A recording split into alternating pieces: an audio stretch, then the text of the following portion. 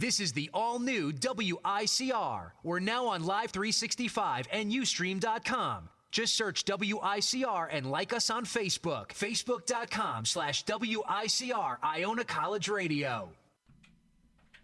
Good afternoon, Iona College. Welcome back to Today with Matt and Dave. You're listening to WICR. I'm Matt Ricker. And I'm Dave Horvath. And this afternoon we have a special guest, Vera, who's a student here at Iona. But now we are going to go over to Dave with some entertainment headlines. So I guess the biggest headline of the week would be Doctor Strange getting its world premiere trailer out. So the next movie in the Marvel Cinematic Universe, Doctor Strange, played by Benedict Cumberbatch, will be coming out in November. Now I watched the trailer. It's interesting. I'm not tell you right now, I did not know anything about Doctor Strange till about 2 years ago when I actually looked into him. So he's an interesting character. It's going to be kind of, in my opinion, difficult to bring him to the live screen. I think you're going to have to make it right. But I guess if you can make Ant-Man into a hit movie, making over $300 million, then you can help make Doctor Strange into a movie just like that. So I'm interested. Just trailer gives us a little sneak peek because Benedict Cumberbatch plays an arrogant, brilliant surgeon who gets in a horrible accident and breaks his hands, and his hands were everything. His hands made into all the magic. So he goes and travels the world to find out how to fix his hands, and ends up getting taken under by a sorcerer who trains him to defend against evil in the world. So I don't know. I'm interested. I'm definitely gonna go see it just because Marvel hasn't made a bad movie yet in the universe. Even you can argue, what about the Incredible Hulk? You know what? Compared to other movies, Marvel has yet to make a truly bad film, in my opinion. You guys are gonna laugh. I still have not seen the Avengers or Captain America. The first Matt. Avengers? Jeez, come on.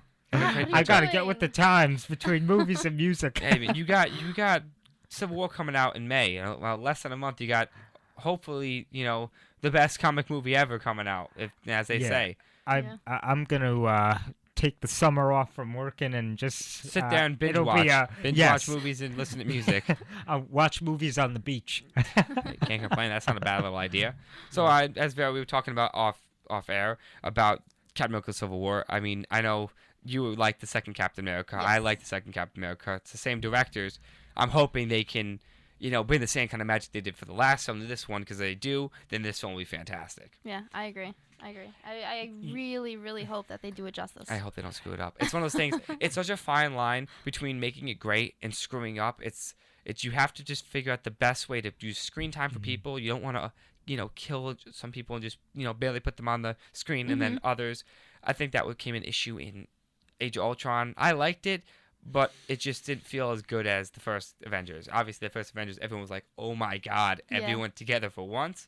So we'll have to see how that works. I know we talked about off screen with Batman v Superman, opinions and things like that. I liked it. I don't think it should have the rating it has on IMDb, because it gives a misconception that it's such a bad film. It's not. And it's such not. a good film. It's a good film. I have little issues with. There's things that maybe if I was directing, I would have changed. Yeah. But it's one of those things. I think it's one of those things where if you're a comic fan, you can see that. But if you're just a regular fan that likes Batman, likes Superman, then you're not really fine with it. Yeah, you're not going to notice anything that the directors did. Exactly, and that's just me knowing that. Yeah, I mean, I like the Superman, Batman. I saw The Dark Knight. I saw. And that's the biggest issue, though.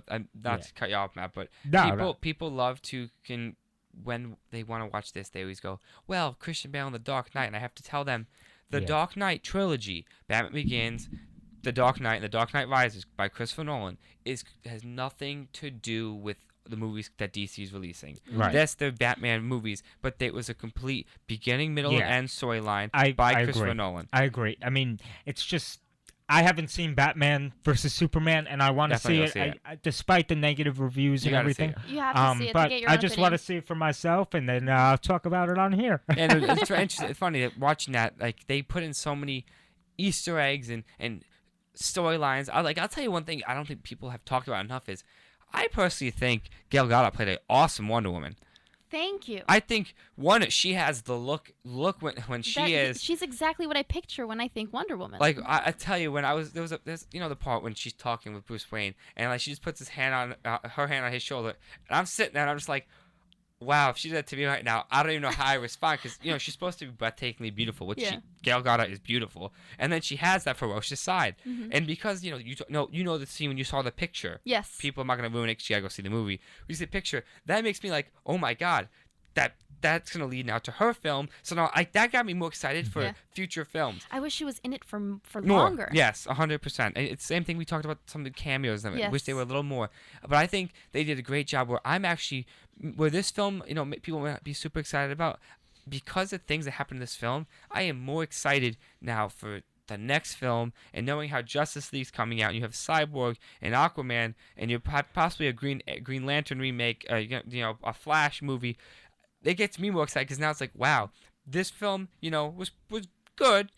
I think you could have made it better, but it now gets me excited because there's just things they implanted and seeds that are now going to grow into their own films and trees that are just going to be even better. I think that's a good thing that they did.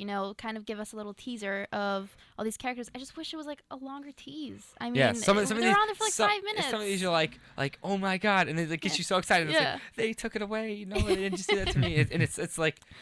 It just truly is a tease, but you know what? That's the point because now we want more, and that's why in that instance they did a good job. And as much as we may hate it as watchers of entertainment, we get mad, but I'll tell you that they did a good job in that instance. Another thing I didn't like about the film was, I mean, I'm a fan, but I'm not like a diehard fan, so I don't really read the comics. I just know the comic heroes. What was the situation between Batman and Superman? Why was there even a fight? Yeah, that stems off of the Dark Knight Returns that was made back in 91? No, 82, and then 91 was the Dark Knight.